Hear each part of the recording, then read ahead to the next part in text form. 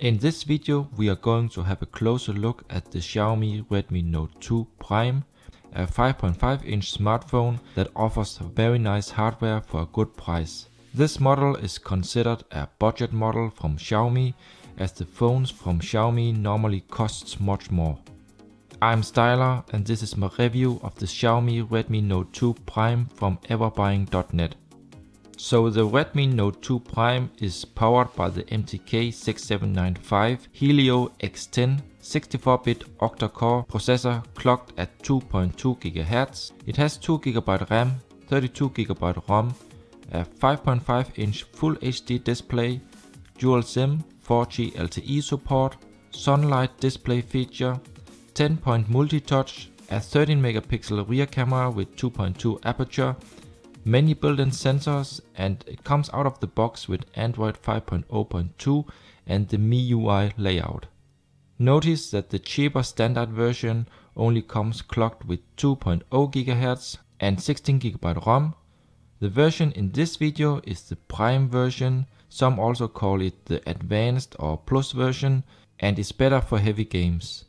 In this video I'm doing the review just with the MIUI version 6, but by now MIUI 7 is also available, but only in English and Chinese.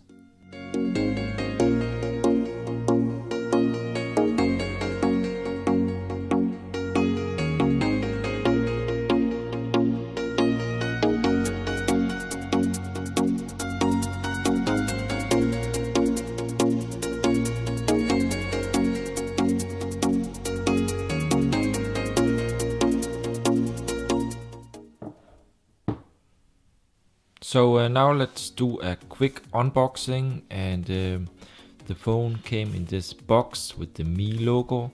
On the back side we find the specifications. I will list these also below in the video description, but let's just have a closer look.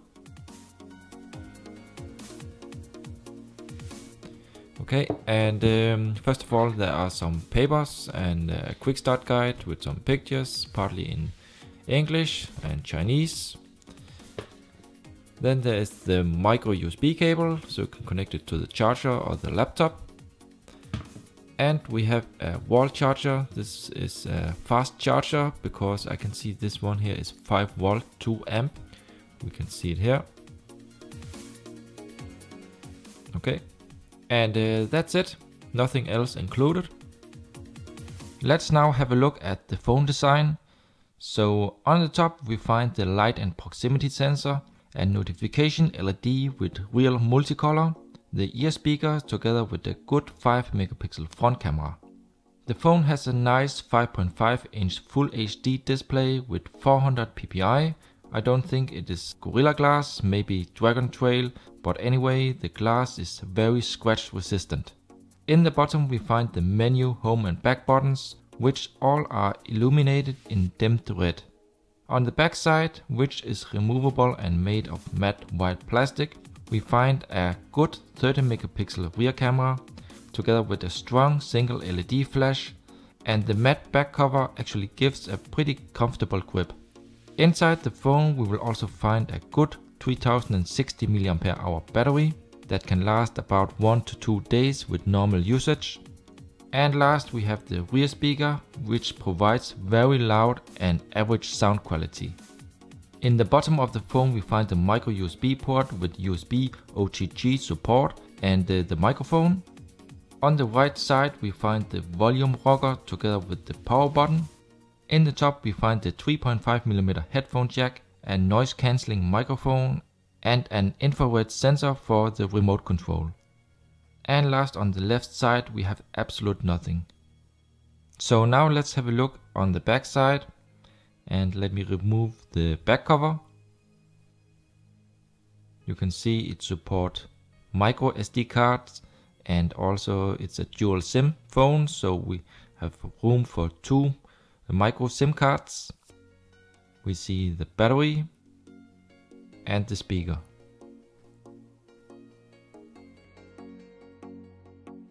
So now let's have a look at the phone. Here the stock lock screen. Let's unlock. We see the UI, MIUI version 6. Let me just scroll a little bit so you can see the speed. Overall very snappy and smooth. And you also notice that there's no app drawer. This is very typical for MIUI. And you can also pinch and we'll get some different options, more apps, widgets, wallpapers and effects. Let's also have a closer look at the light in the touch buttons. You see it in red.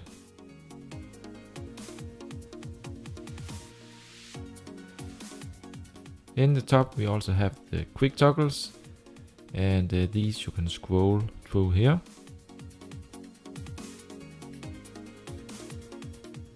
Let's try out the lowest brightness, and you can see almost totally dark.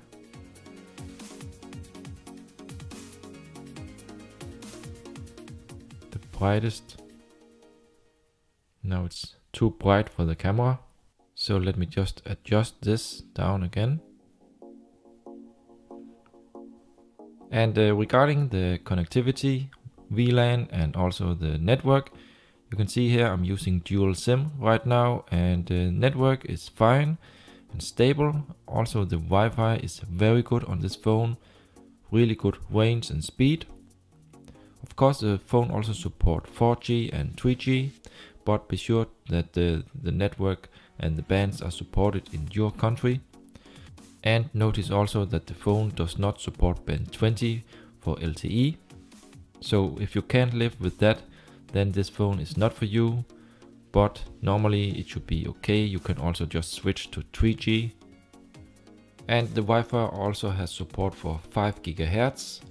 I believe it's 2.5 GHz or 5 GHz, so that's pretty good. But to use it, you of course also need a compatible Wi-Fi router that has support for the 5 GHz. And here you can see the viewing angle. Let's try the viewing angles from the side. Also very good. Let's try from the top. Similar good as from the bottom. Sharp picture, good colors, very vivid and sharp. And let me show you some of the standard apps on the phone. So these are all standard. Let me scroll to the next page. All these I have installed myself, but let's have a look inside the folder. So these came pre-installed, and I would call things like the Magic Photo and also this and DC Share, KK Browser. I would call this kind of a bloatware because these apps are apps I'm not using at all, so I just placed them in this folder. Let's have a look inside the camera app. And as on most Xiaomi phones, the camera is really good on this phone. Good focus, good sharpness, and pictures look really natural. Let's see what we have of special options. So it's very simple made. We see some options for panorama, timer, manual, so on, beautifies, scene mode, switch to the video, only the time lapse. And actually I saw on the net that in the newest firmware for the phone it will also support slow motion. I haven't tried this because I have just so far used the standard stock ROM. Let's see here. More options. Of course, video quality can also be set to full HD.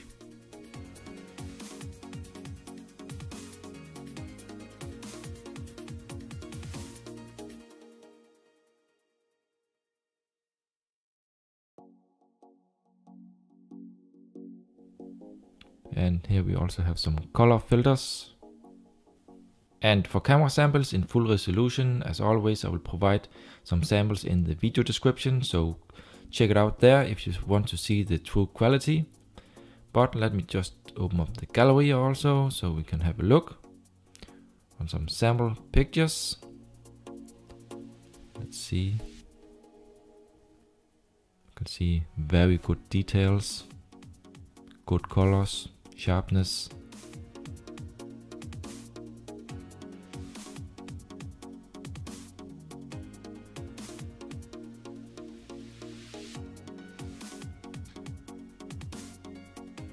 Let me also show you the torch, the LED flash on the rear side.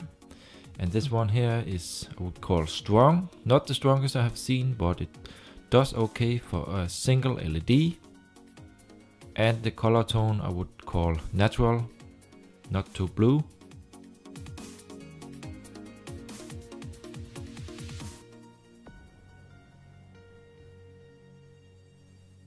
And it also has very good sound via the headphone jack.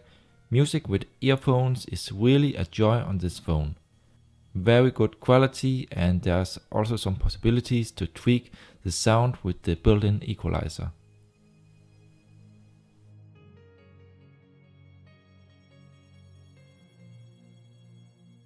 And now to a test call. Let's test the proximity sensor. This is working fast. You have 1 new messages, 1 saved messages. To listen to today's messages. Let's try out the earpiece. Press 3. To listen to all the messages, press 4. You have no messages in your voicemail box. To listen to your messages, press 1.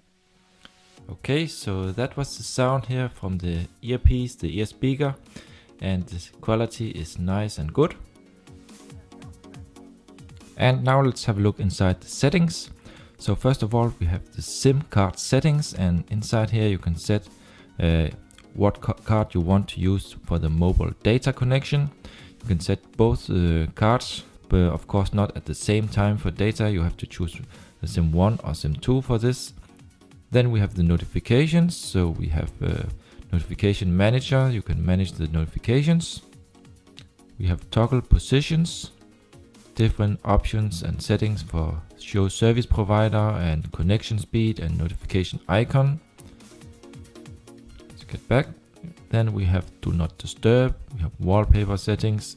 Let's just see inside here. And theme settings. You can of course download more online also. Then we also have sound, and in here you can, for example, change the vibration from medium to strong or light. Audio settings for example, headphones. And we also find a light mode. This is for older people, I think. Let's see, we have additional settings, and here we find display.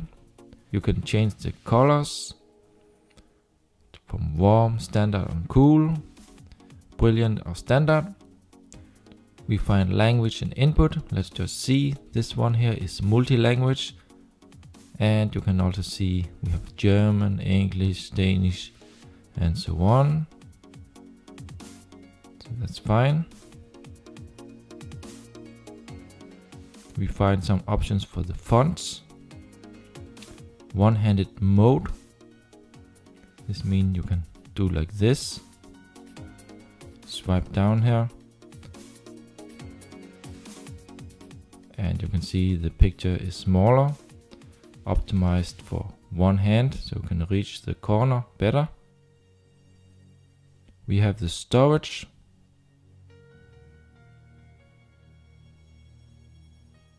Of course, it also supports USB on the go and a micro SD card.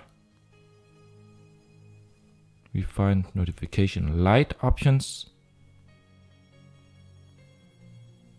Here many different colors to choose from. Button options. Let's see, then we have accounts, system apps, options for the camera, radio, notes and recorder, and the scanner. We find installed apps.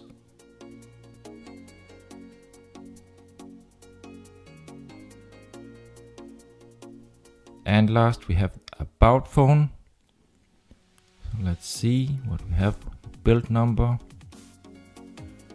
We see 2 GB RAM. We see the CPU informations, MIUI version, Android version, model number and device name.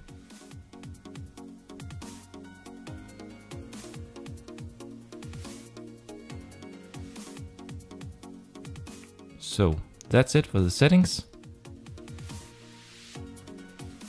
Now to some different test apps and a game. As always, I will turn off for the background music, so let's get started.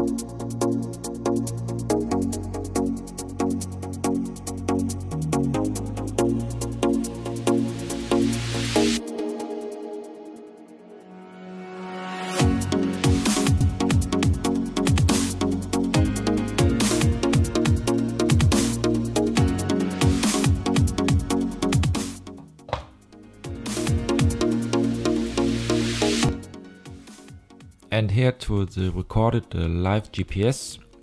So I just ran this outside and recorded it so you could see it here. The results. See the satellites are in view. Now it got a 3D fix down on 5 meters. And here you can see that the compass is also working. We have lock on different normal satellites right now. See the fix time was fast. 4 meters, 3 meters. In use 8. Some of the signals are pretty strong, while others are not so strong. And we also now see GLONASS satellite. So it supports GLONASS. Down on 3 meters in accuracy. So that's good. Even 1 meter now. 2. So of course this can change a little bit depending on the weather conditions.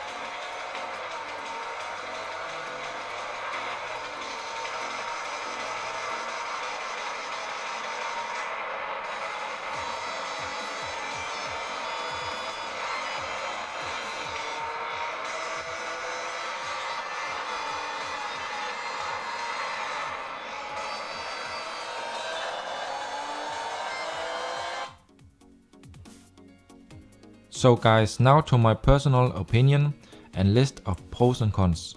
So first to the pros. It has very good GPS with GLONASS support. It has a fast lock and it's very precise. It has support for IR blaster and it works good with my Samsung TV. But for some reason the Mi Remote app wasn't pre-installed on my phone. But then I just downloaded the app called PeelSmart from the Play Store. As this is also used on the Samsung Galaxy S6 Edge that I also own, and that also worked great for me. The phone also has very fast hardware and gives a really good experience in daily use. It has good rear speaker, good sound quality through the headphone jack and ear speaker, but that was also expected from a Xiaomi phone.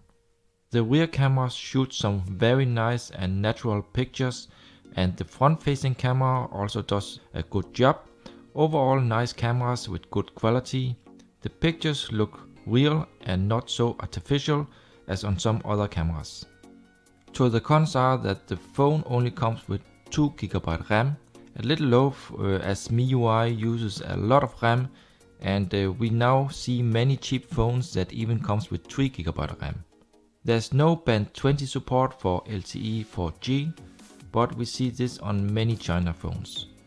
There are no smart wake, off-screen or air gestures found on the phone, but I think Xiaomi could easily add this to the software, as we did see it on, for example, the Xiaomi Mi 4i, so it should be possible. For me, the phone also has a kind of a boring design, but it unfortunately also feels very cheap in the hand. Doesn't look or feel like a premium phone at all, and also the bezels are pretty thick, I would say. But if you like a phablet with a discreet look, this phone is just fine.